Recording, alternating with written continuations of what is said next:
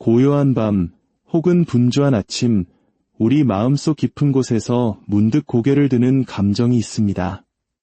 바로 두려움입니다. 미래에 대한 막연한 불안감, 관계 속에서 느끼는 위태로움, 혹은 누구에게도 말하지 못한 채 홀로 짊어진 삶의 무게까지. 오늘날 우리 한국 사회를 살아가는 많은 분들이 아마 비슷한 감정을 느끼고 계실 겁니다.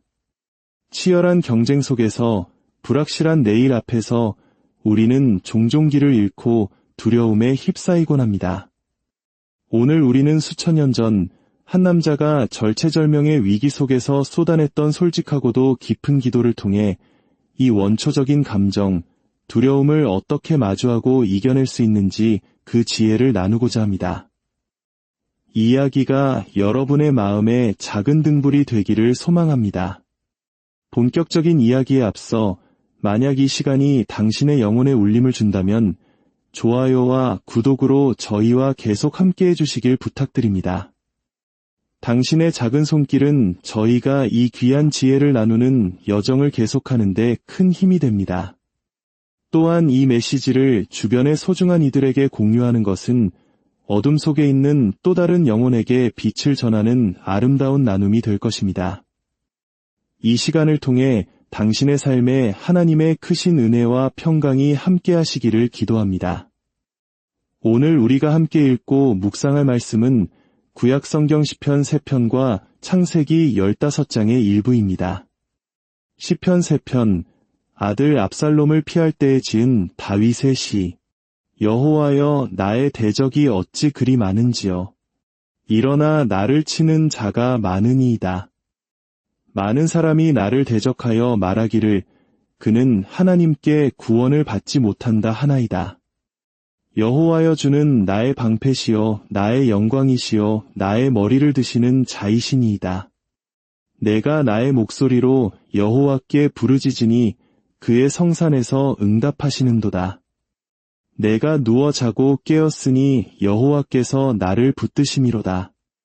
천만인이 나를 에워싸진 친다 하여도 나는 두려워하지 아니하리이다. 여호와여, 일어나소서. 나의 하나님이여, 나를 구원하소서. 주께서 나의 모든 원수의 뺨을 치시며 악인의 일을 꺾으셨나이다. 구원은 여호와께 있사오니 주의 복을 주의 백성에게 내리소서. 그리고 창세기 15장입니다.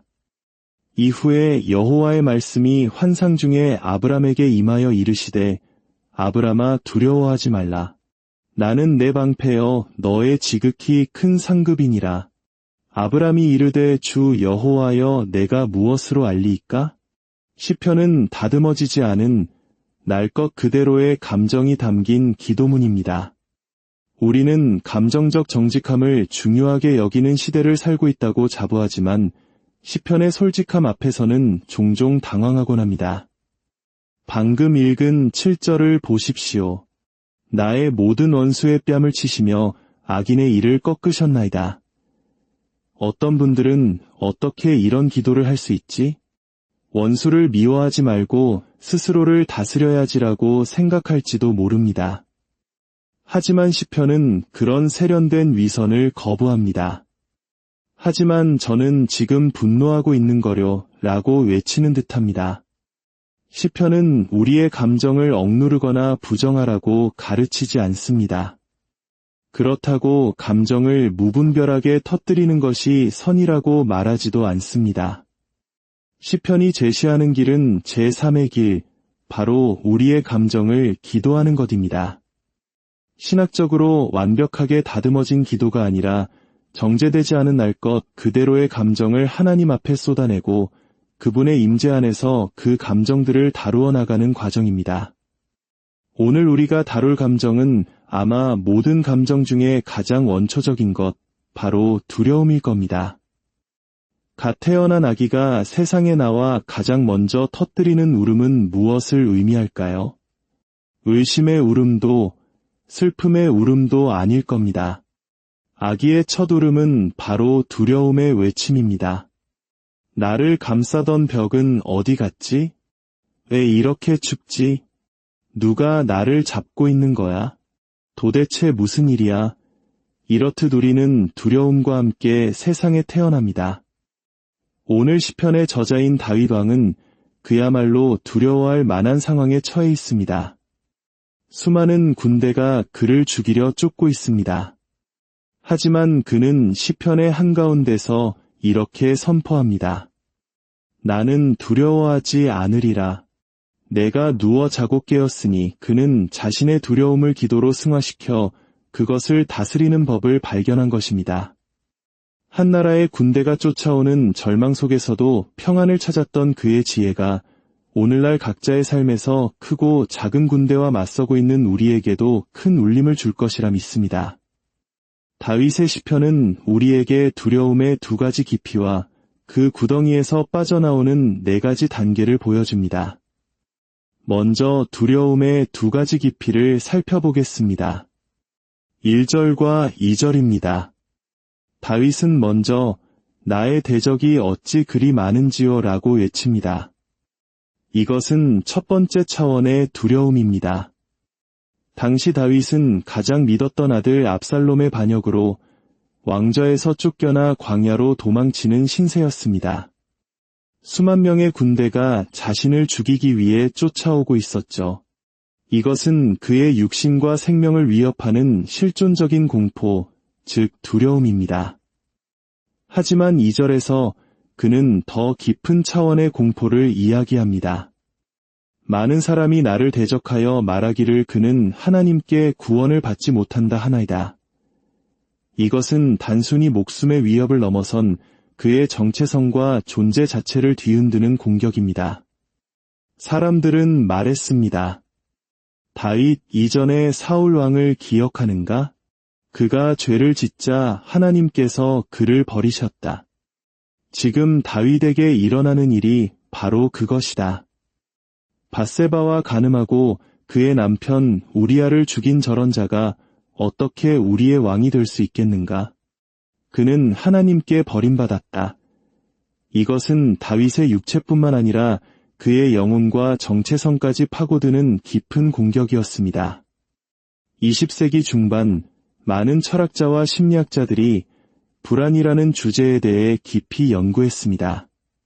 그들은 종종 두려움과 불안을 구분했습니다. 물론 성경에서 이 둘은 명확히 구분되지 않지만 이들의 통찰은 우리가 겪는 두려움의 두 가지 차원을 이해하는 데 큰 도움을 줍니다.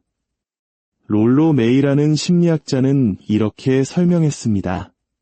당신이 도로를 건너는데 차 한 대가 당신을 향해 질주하고 있다면 당신의 심장은 빨리 뛰고 차와의 거리를 계산하며 길 건너편까지 젖먹던 힘을 다해 뛸 것입니다. 이것이 바로 두려움입니다. 건강한 두려움이죠. 구체적인 위협 앞에서 생존을 위해 우리의 모든 능력을 끌어모으는 긍정적인 반응입니다. 하지만 차가 지나가고 위험이 사라진 후에도 마음속에 텅 빈 느낌, 내 삶이 위태롭고 연약하다는 감각이 계속해서 남아있다면 그것이 바로 불안입니다. 불안은 두려움과 달리 그 대상이 모호하고 막연합니다. 마치 맑은 날에 소나기처럼 지나가는 두려움과 달리 불안은 하루 종일 춥고 축축하게 내리는 이슬비와 같습니다. 시간이 지나면 우리의 영혼은 곰팡이가 슬기 시작합니다. 끊임없는 불안은 우리의 몸과 마음을 서서히 갉아먹습니다. 롤로 메이는 이 깊은 불안이 우리의 자아가 위협받을 때 찾아온다고 말했습니다. 즉, 우리가 진정한 안정과 정체성을 두고 있던 무언가가 흔들릴 때 우리는 이 깊은 불안의 구덩이에 빠지게 됩니다. 다윗은 지금 육체적 위협인 두려움과 정체성의 위협인 불안이라는 두 가지 깊은 구덩이의 맨 밑바닥에 던져진 것입니다. 그렇다면 그는 이 깊은 절망의 구덩이에서 어떻게 빠져나왔을까요? 3절은 그러나 라는 아주 중요한 단어로 시작합니다. 두렵습니다. 그러나 다윗은 절망에 주저앉는 대신 방향을 전환하여 네 가지 발걸음을 내딛습니다. 첫 번째 단계는 실을 따라 나아가라입니다. 3절에서 다윗은 주는 나의 방패시오라고 고백합니다. 그런데 원문을 자세히 보면 주는 나를 두르는 방패시오라고 말합니다. 이것은 아주 중요한 차이입니다. 당시 방패에는 두 종류가 있었습니다. 하나는 팔에 차고 1대1 전투에서 적의 공격을 막는 작은 방패입니다. 다른 하나는 문짝만 한 크기로 몸 전체를 감싸는 거대한 방패입니다. 다윗이 말한 것은 바로 이 두 번째 방패입니다. 그렇다면 이 거대한 방패는 언제 사용할까요? 바로 장군을 따라 적의 요새를 향해 전진할 때 사용합니다. 뜨거운 기름이 쏟아지고 바위와 화살이 비처럼 쏟아지는 끔찍한 위험 속으로 들어갈 때 쓰는 방패입니다. 즉, 이 방패는 위험으로부터 도망치게 해주는 방패가 아니라 위험 속으로 들어가는 방패입니다. 다윗이 주는 나를 두르는 방패시여 라고 고백했을 때 그는 하나님, 저에게 나쁜 일이 일어나지 않게 해주실 줄 믿습니다라고 말한 것이 아닙니다. 그는 이렇게 말하고 있는 것입니다. 두렵습니다. 하지만 저는 알고 있습니다. 주님의 보호하심은 제가 주님을 따르며 앞으로 나아갈 때에만 역사한다는 것을, 도망치거나 포기할 때 이 방패는 아무 소용이 없습니다. 지금 제게 닥친 이 고통과 화살조차도 결국 저를 보호하시려는 주님의 더 큰 계획의 일부임을 믿습니다. 조지 맥도널드의 동화 공주와 고블린의 이와 비슷한 이야기가 나옵니다. 어린 공주는 위험에 처했을 때 할머니 요정을 찾아갈 수 있는 신비한 실을 선물 받습니다. 어느 날 밤 공주는 방에 침입한 괴물의 소리를 듣고 두려움에 떨며 실을 따라가기 시작합니다. 그녀는 당연히 실이 할머니가 있는 안전한 다락방으로 자신을 이끌 것이라 기대했습니다. 하지만 실은 뜻밖에도 그녀를 밖으로, 그리고 고블린들이 사는 어둡고 깊은 산속 동굴로 이끌었습니다. 공주는 두려웠지만 실이 결국 할머니에게로 이어진다는 것을 믿고 순종하며 어둠 속으로 계속 나아갔습니다. 마침내 실은 돌무더기 앞에서 끊긴 듯 보였습니다. 절망한 공주가 돌아가려 하자 뒤쪽의 실은 사라져 버렸습니다. 실은 오직 앞으로 나아갈 때만 존재했습니다. 하나님을 따른다는 것은 이와 같습니다. 순종의 길은 종종 이해할 수 없고 막다른 길처럼 보일 때가 많습니다. 예수님께서 겟세마네 동산에서 땀이 피가 되도록 기도하시며 두려워하셨던 이유가 무엇일까요? 순종이라는 실이 그분을 무덤이라는 막다른 길로 이끌고 있었기 때문입니다. 하지만 다윗이 알았던 것처럼 우리도 알아야 합니다. 하나님의 보호하심은 오직 순종하며 앞으로 나아갈 때 역사합니다. 후퇴는 더 큰 위험을 의미할 뿐입니다. 두 번째 단계는 영광의 자리를 옮기라입니다. 3절 하반절에서 다윗은 주는 나의 영광이시여 나의 머리를 드시는 자이시니라 라고 고백합니다. 그가 주님이 나의 영광이라고 말하는 것은 이전에는 다른 무언가가 그의 영광이었음을 의미합니다. 그는 왜 그토록 깊은 불안에 시달렸을까요? 그가 자신의 정체성과 안정감의 기반으로 삼았던 것들이 무너졌기 때문입니다. 나는 인기 있는 왕이다. 하지만 더 이상 아니었습니다. 나는 좋은 아버지다. 그 환상도 깨졌습니다. 나는 권력을 가졌다. 그것도 빼앗겼습니다. 그는 깨달은 것입니다. 자신의 불안이 백성들의 인정, 가족의 사랑, 정치적 권력과 같은 유한한 것들에 자신의 영광, 즉 존재의 가치와 안정감을 두었기 때문에 찾아왔다는 사실을 말입니다. 우리도 마찬가지입니다. 직장에서의 지위, 자녀의 성공, 사람들의 평판과 같은 좋은 것들에 우리의 영광을 둘 때 그것들이 흔들리거나 사라지면 우리의 존재 자체가 무너지는 듯한 깊은 불안을 겪게 됩니다. 다윗은 이제 자신의 영광의 자리를 옮깁니다. 백성들의 인정이 아니라 주님의 인정이 나의 영광입니다. 그들의 사랑이 아니라 주님의 사랑이 나의 기쁨입니다.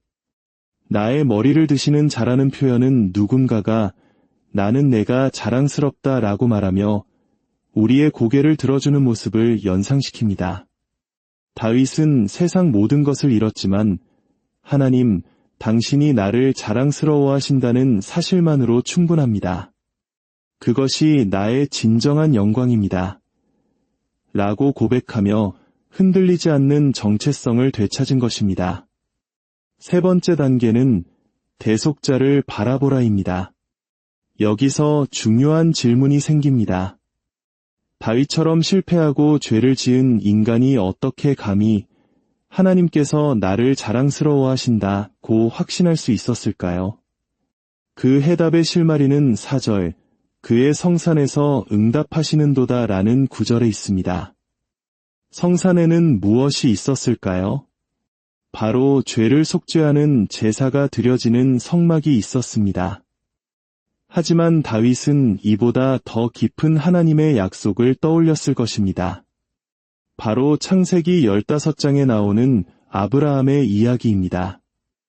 하나님께서는 두려워하는 아브라함에게 나는 내 방패여 너의 지극히 큰 상급인이라고 말씀하셨습니다.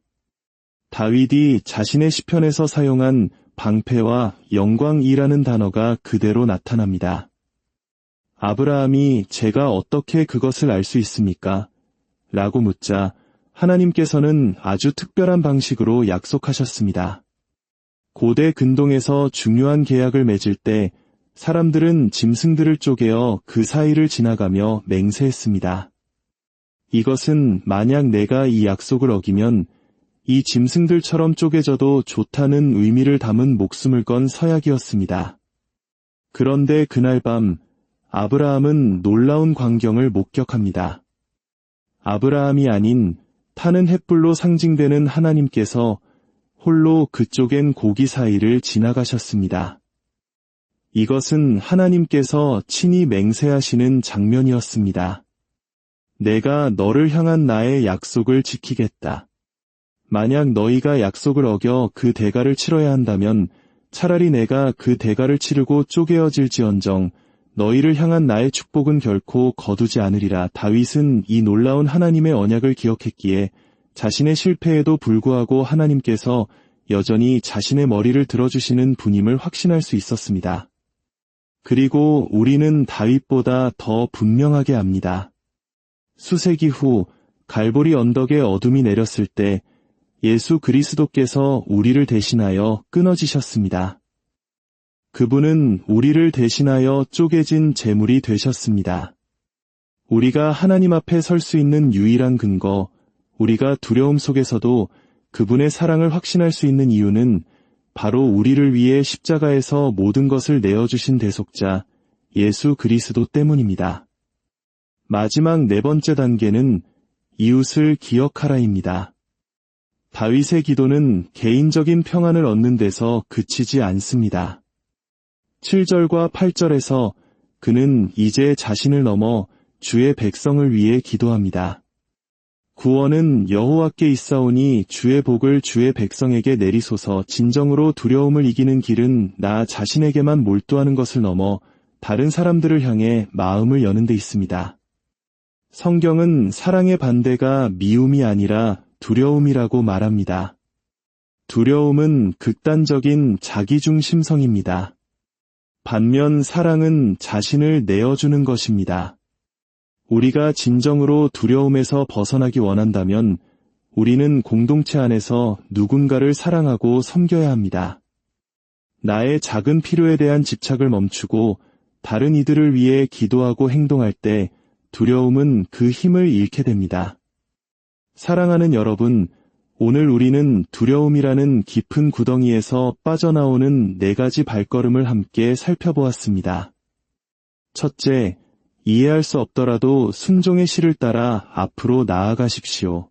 둘째, 세상의 것들에 두었던 당신의 영광을 하나님께로 옮기십시오. 셋째, 당신을 위해 모든 것을 내어주신 대속자 예수 그리스도를 바라보십시오. 그리고 마지막으로 당신 자신을 넘어 이웃을 사랑하고 섬기십시오. 예수님께서는 우리보다 더 큰 두려움을 겪으셨습니다.